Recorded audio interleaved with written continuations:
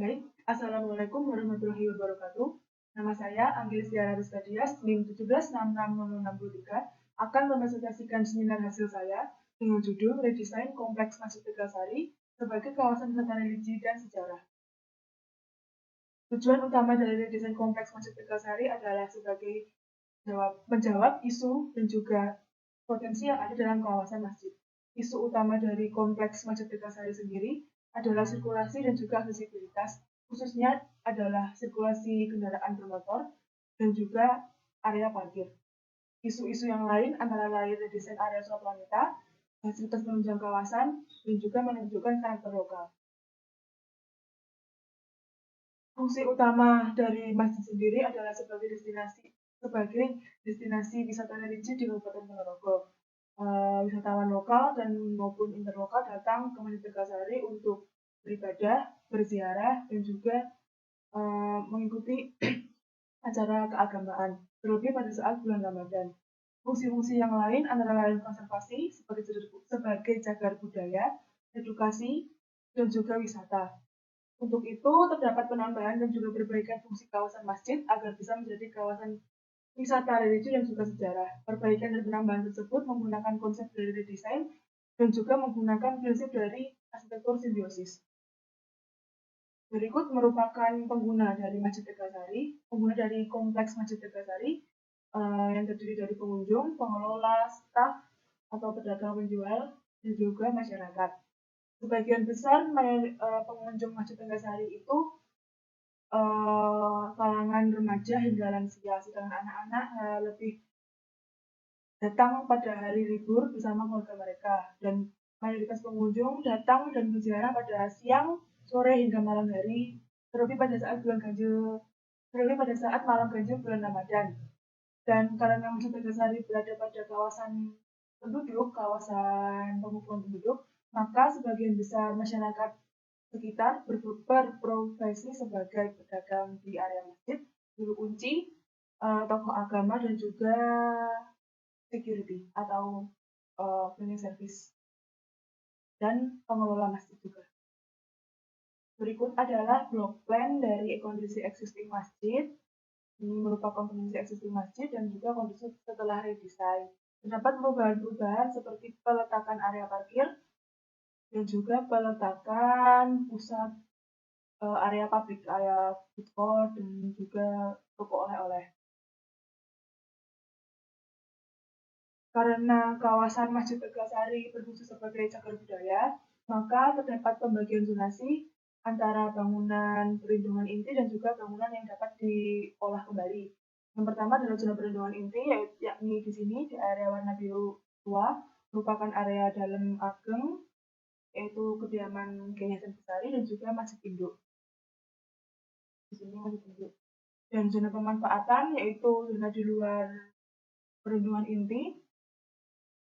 Yang warna abu-abu ini adalah area parkir, sirkulasi, dan juga tempat food court dan oleh-oleh. Warna merah merupakan area MTS yang sampai sekarang masih beroperasi milik Yayasan Masjid Tegalsari. Dan warna hijau merupakan kompleks pemakaman keluarga milik Kiai Hasan Besari. Berikut merupakan kondisi setelah redesain kawasan. Pembagian letak massa sesuai dengan fungsi-fungsi bangunan. Ya, yang pertama adalah zona pendidikan, yaitu area MTS milik Yayasan Masjid Tegalsari. Yang kedua adalah zona publik, yaitu area parkir, food court, dan juga pertokoan. Yang ketiga adalah area zona religi yang terdiri dari area masjid, masjid induk, perluasan masjid induk, dan juga area makam. Yang terakhir adalah zona sejarah di sini, yang terdiri dari dalam ageng dan juga area exhibition. Berikut merupakan kondisi cuaca pada kawasan masjid. Kondisinya sangat panas dan terik, dan juga anginnya berhembus lumayan kencang. Berikut merupakan analisis vegetasi.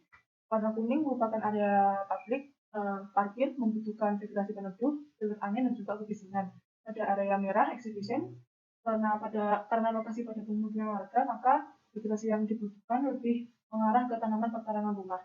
Vegetasi pada area masjid memiliki makna simbolik, yaitu pohon sawo kecil dan juga pohon palem sebagai pembatas. Dan vegetasi pada area kompleks masjid adalah tanaman-tanaman tebu sebagai penunjuk, dan juga tanaman taman-taman penutup tanah sebagai penutup tanah untuk mempercantik taman-taman terlihat sekitar kompleks masjid. Kebisingan tertinggi terdapat pada area publik, area parkir khususnya, dan juga area madrasah. Untuk view keluar dari tiap-tiap masa bangunan adalah view alami, banyak taman, dan juga berkonsep lebih rindang, lebih teduh. Untuk bentuk sendiri menggunakan prinsip kesatuan dualisme, yaitu tidak merubah kawasan lindung dan memanfaatkan kawasan sekitarnya menjadi kawasan penunjang wisata. Pada area pendidikan tidak dirubah sama sekali. Untuk area publik menggunakan konsep bangunan arsitektur Jawa, tapi sudah mendapat pengaruh dari arsitektur baru. Untuk area khusus jamaah wanita disesuaikan dengan bentuk perluasan masjid induk. Dan pada area exhibition menggunakan langgam arsitektur Jawa pada dalam ageng agar tentunya selaras.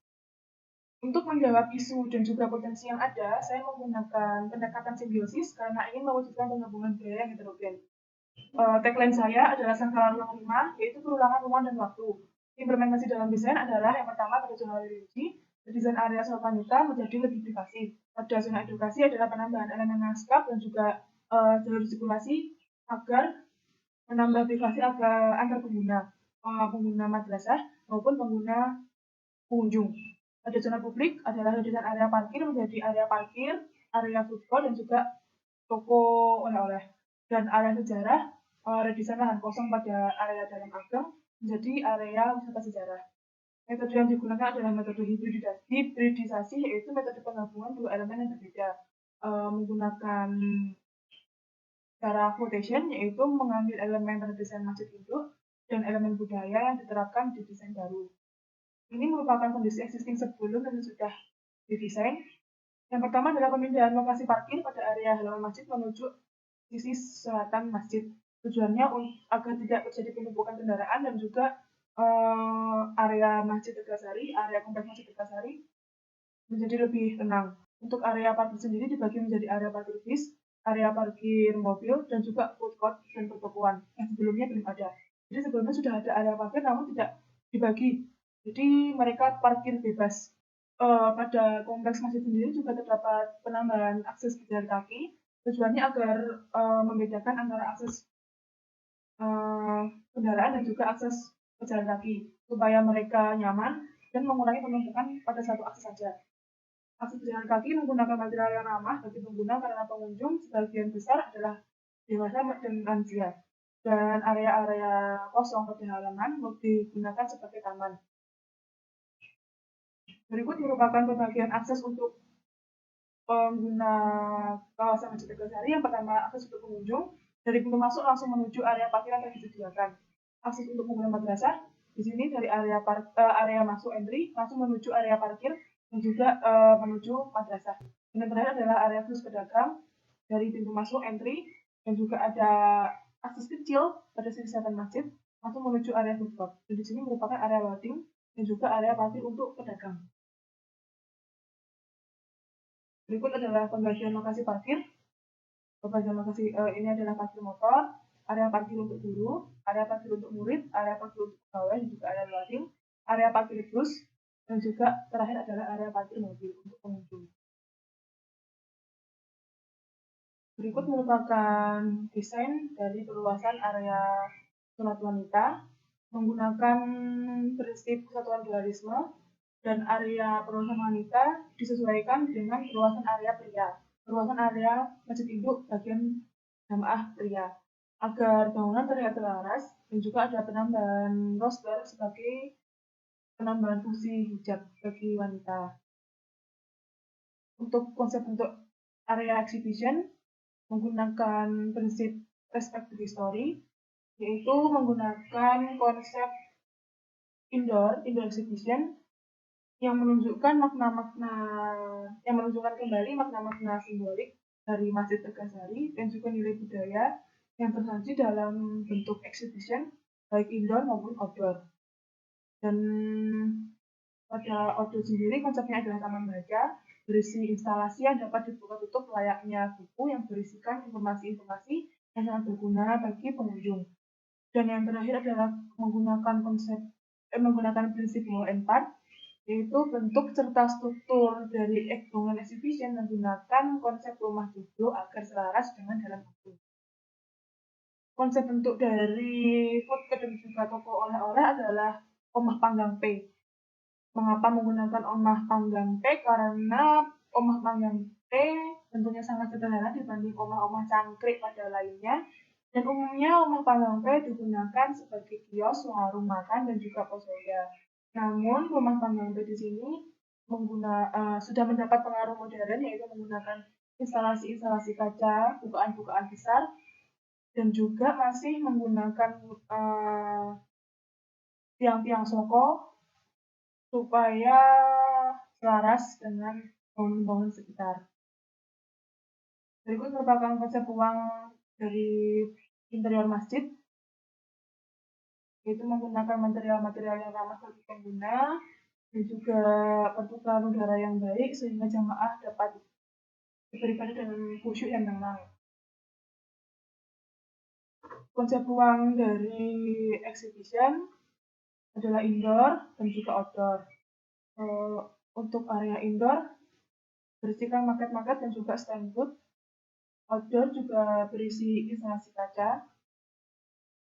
Dan yang terakhir adalah konsep ruang dari area food court menggunakan instalasi kaca besar dan juga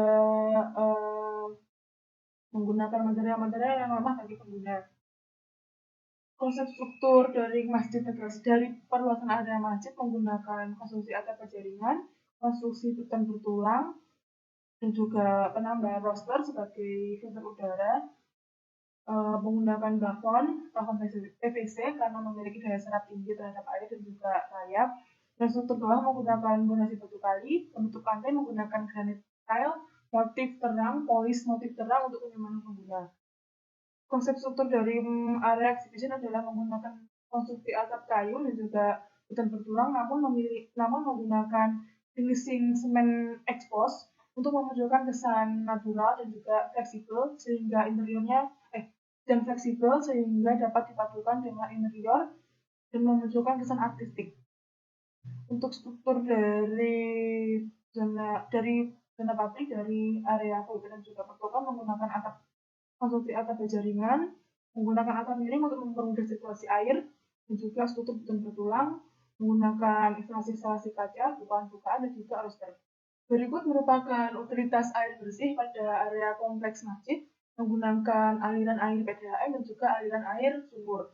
Untuk aliran air sumur sendiri digunakan pada area sekitar masjid, dan aliran air PDAM digunakan pada area kawasan masjid. Untuk air kotor terbagi menjadi dua, yaitu aliran air kotor dan juga air limbah. Untuk aliran air kotor langsung disalurkan melalui pipa air menuju septic tank, dan untuk aliran air limbah wudhu disalurkan menuju taman sekitar melalui sistem sprinkler. Untuk pembuangan air hujan melalui talang air yang telah tersedia menuju bak kontrol dan disalurkan menuju saluran luar kota. Untuk konsep listrik dibagi menjadi dua, yaitu komponen listrik interior dan juga komponen listrik eksterior. Untuk komponen luar terdapat penambahan lampu taman khususnya untuk area parkir yang sebelumnya kondisinya sangat gelap sehingga membutuhkan banyak lampu dan pencahayaan. Untuk utilitas persampahan, pengambilan sampah dilakukan pada pagi hari dan akses masuk kendaraan melalui akses masuk utama. Sekian presentasi dari saya. Apabila ada kurang lebihnya mohon dimaafkan. Akhir kata, wassalamualaikum warahmatullahi wabarakatuh.